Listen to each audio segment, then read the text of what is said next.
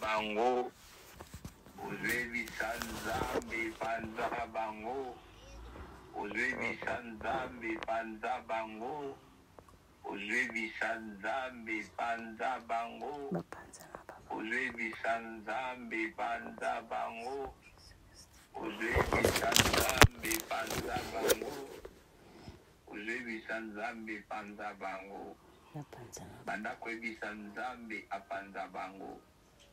Sanzambe bapanzana batu nyonso babongiselinga bakomplo batu nyonso babongiselinga bakita batu nyonso bazomedite mabe contre nga batu nyonso bazomedite kaka na kufa. Amen.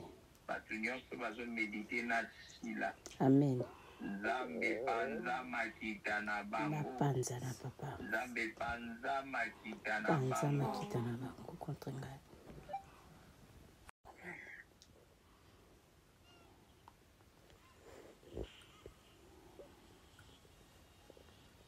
Dieu est au contrôle de tout. Amen papa. Au moins qu'il ngana salisa bango te. Au moins qu'il ngana mima bango na bapoto te. Au moins qu'il baya na Allemagne apona ngai te. Au moins qu'il maboko oye lambela bango te. Au moins qu'il makolo oye mima bango na bopito te. Nzambe sala Seigneur Jésus-Christ. Papa côté sa confusion entre bango Seigneur Jésus-Christ. Na bakombo na nga na ba réputation na nga ko bebisa partout Seigneur Jésus-Christ. Ko bebisa kombo na nga bisika nyonso ensemble. Nzambe sala bango confusion entre bango Seigneur Jésus. Na kombo na ngai te papa na ngai. Na kombo na ngai te makita na bango epanza na Seigneur. Maloba mabe surtout babimisi po na kombo na ngai Nzambe. Yawe aussi pika yango Seigneur. Na déclarer papa.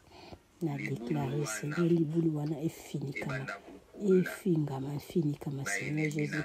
Banimbi nemi na nga bango moko badinda na mabulu wana Seigneur. O batimola kipo na ngai. Edini bango moko badinda motu nyonso to atelinga motambo Nzambe.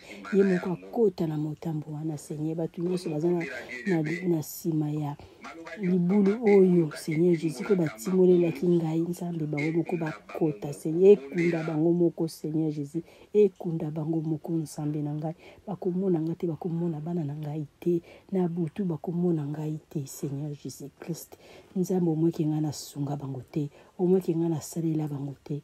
Nzambe na tiki nyonso na maboko na yo Seigneur Jésus. Nzambe bondela nga bitumba oyo nga na kokoka te. Na butu na lingi te Seigneur Jésus. Baluka nga na moi bakomona ngai te. Na butu bakomona ngai te Seigneur Jésus. Nzambe sala papa. Oyo surtout batimoli ngali mabulu. Nzambe bango moko badi. Amen. Et après Nzambe approuvé bango le contraire. Amen papa. Nzambe approuvé bango na yo le contraire. Nzambe approuvé bango na le contraire. Nzambe approuvé bango na le contraire Seigneur Jésus. Batu surtout bavandela kombo na ngai. Bavandela kombo ya bana na ngai. Na ba réunion ya mabe na likambo nga na sala bango te.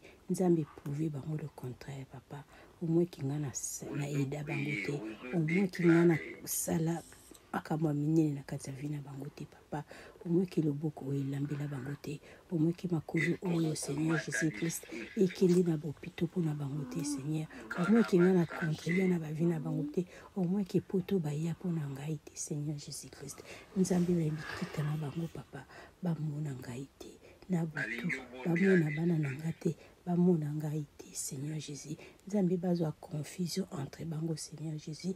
Nzambe bapanza na papa na kombo na ngai te Yahweh. Na kombo na ngai te Seigneur Jésus-Christ. Motu nyonso to kovandela kombo na ngai.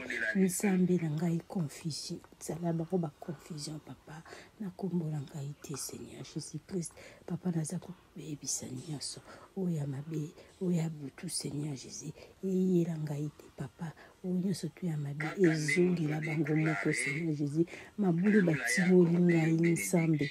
Papa bango moko badinda na mabulu wana Seigneur Jésus. Bango moko badinda na mabulu wana papa. Amen.